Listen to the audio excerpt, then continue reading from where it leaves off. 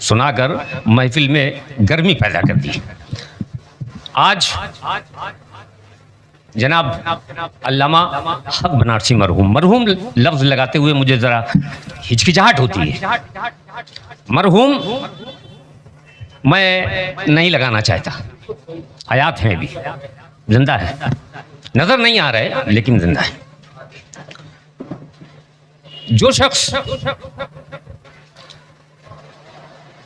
उर्दू से अगर जरा भी वाबस्तगी रखता है, उर्दू से जरा भी उसको मोहब्बत है, उर्दू से जरा भी इश्क रखता है अगर, तो अल्लामा हक बनारसी एक शख्सियत का नाम नहीं है, बल्कि अल्लामा हक बनारसी एक दौर का नाम है।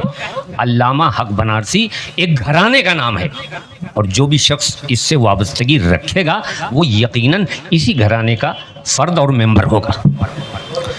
बहुत से लोग अल्लामा हक बनारसी फरमाते हैं कि जिस कसौटी पे मुझे आप परखते हैं अभी, जिस कसौटी पे मुझे आप परखते हैं अभी, क्या नतीजा हो अगर आपको परखा जाए। नादानी कर जाएंगे। अरे बहुत पुराने दिग्गज शायर भी हैं और हमारे भाई भी हैं। इसके ही माने थोड़ी है कि नशिश के है या कोई छोटी नशिश तो बड़ी नशिश तो, और हम इस तरीके से उनको कर दें। अभी इन्होंने फरमाया, हमारे हफीज़ साहब ने एक बात, बड़ी अच्छी बात फरमाई, और वो ये कि हक बनारसी साहब को मरहूम नहीं कहना चाहिए। ठीक बात है, लेकिन ज़िंदा लोगों को तो मरहूम कह ही सकते हैं। कि खलील जिब्रान ने कहा था कि अगर किसी शख्स को हमेशा ज़िंदा रहना है तो अपनी ज़िंदगी में चाहे एक ही किताब लिखे, एक ही वरक़ लिखे, लेकिन लिख करके जाए, वो हमेशा ज़िंदा रहेगा। इसलिए किसी भी बुज़ुर्ग आदमी को इस हैसियत से कहना कि वो ज़िंदा हैं, यकीनन ज़िंदा हैं, लेकिन बाकी जो अल्लाह ताला ने फरमा दिया कुल्लु नफ्सिन ज़ाइक़ुल मौत, तो एक अलग नज़रिया है, एक अलग मामला है, एक अलग फ़लसफ़ा है, उसके बीच में भी मैं जाना नहीं चाहता हूँ। दूसरी बात इन्होंने एक फरमाया था अभी हफीज़ साहब ने, धन्यवाद, कि कोयला की खान में जौहर कानपुरी। उन्हें ये पता भी होना चाहिए कि द हार्डेस्ट मोस्ट कोल वही हीरा होता है, वही हीरा होता है। जो कंप्लीट कोल है, कंप्लीट, वही हीरा होता है और वही जौहर होता है। ऐसा नहीं है कि इन्होंने अगर जौहर का नाम धनबाद में नहीं है, जौहर का नाम हिंदुस्तान के किसी कोने की बजाय, मैं ये कह रहा हूँ कि जो ताज है जिसे यहाँ से लोग उठा ले गए, मुझे तो डर लग रहा है कि इनको ना उठा ले जाए कोई। हालांकि एक शख्सियत ने काम किया भी और उठा भी ले गए, लेकिन क्या जाने दीजिए, पुरानी बात है वो। तो ऐसा ना हो कि इनको गायब कर दिया जाए। लिहाजा ये हम लोगों का फ़र्ज़ है कि इनकी हिफाजत करें, क्योंकि ये एक अनमोल हीरा है और इसमें कोई दो राय नहीं कि बेइंतहा ज़बरदस्त शेर भी कहते हैं, लेकिन इनके साथ जो दिक्कतें हैं प्रोफेशनलिज्म की, वो रहेगी। हर शायर के जो है उसके साथ में रहती है। बस अल्लाह खैर ये करे कि ये तालियों की गूंज में न खो जाए, जैसे कि फैज़ अहमद फैज़ भी खो गए, और हमारे क्या नाम है, एक और शायर थे अहमद फराज। बहुत पोटेंशियल था इस शख्स के अंदर, दोनों लोगों में बहुत पोटेंशियल था। ये ऐसे थे कि अल्लामा इकबाल के बाद इन्हीं का एरा चलने वाला था, लेकिन बदकिस्मती की तालियों की गूंज में खो गए। बहरहाल जो उनके साथ होना था हो गया, लेकिन इनके साथ में भी इनके अल्लाह ताला ने ज़िंदगी बहुत दी है, मैं जानता हूँ, क्योंकि अल्लाह ताला से मेरे मामला चलते हैं। अब आइए, रह गई शेर की बात, तो मैं अभी मैं भेज रहा हूँ। हाँ हाँ सुना रहा हूँ। हाँ हाँ हाँ, अरे कहीं भेजो, हमें डर नहीं लगता।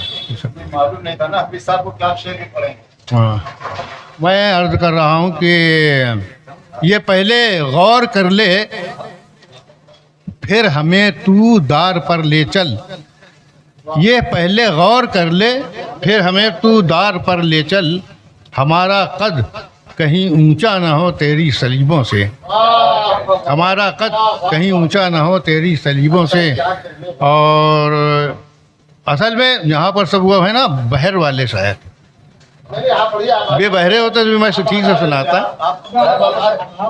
नहीं अभी सुना रहे, पहले पहले अपने अपने कानून के तहत, जो आपका कानून है उसके तहत। हालांकि मैं अदबी शरीयत का नहीं मानता, ये तो मैंने लिख करके हाँ निकाल रहा हूँ। अशफाक भाई की भी सुनी जाएगी। आजाद, हाँ, आजाद खान की मजाक मजाक बना ली। छोटी छोटी नज़में हैं।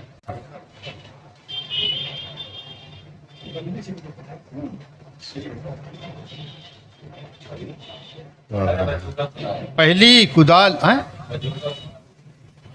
पता नहीं कहाँ। पहली कुदाल पर ज़मीं खामोश थी, आखिर कब तक कहाँ तक खामोश रहेगी। ये तहक़ीक़ नौ का पैगाम है, अब दूसरी आवाज़ इसराफील की होगी। जुनून, इसका उन्वान है जुनून। इश्क के दामन पर तुमने होश का पहलू रखा, इश्क के दामन पर तुमने होश का पहलू रखा। एक क़यामत गुलशन पर फिर तो आ जाएगी, एक क़यामत। बजूका है तुम्हारे पास? बजूका है, गालो। खुद मैं दस्तक दे रहा हूँ अपने दरवाजे पे आज, खुद मैं दस्तक दे रहा हूँ अपने दरवाजे पर आज, और टकराकर मेरी आवाज़ दिल पे दस्तक दे रही है, और टकराकर मेरी आवाज़ दिल पे दस्तक दे रही है। बस हो गया। क्या देखा हो रहा है? बजूका, बजूका जानते हैं आप लोग? क्यों बजूका जानते हैं? बजूका खेत में आप लोग अक्सर गुजरे होंगे कि खेत में देखा होगा कि एक बांस लिए और खड़ा है, आदमी का शक्ल का बनाया हुआ, लेकिन आदमी तो होता नहीं है। हाँ, अब सुनिए, बजूका। खेतों में ज़िंदगी बन के जीता हूँ, खेतों में ज़िंदगी बन के जीता हूँ, मैं अपनी नस्ल का बजूका हूँ।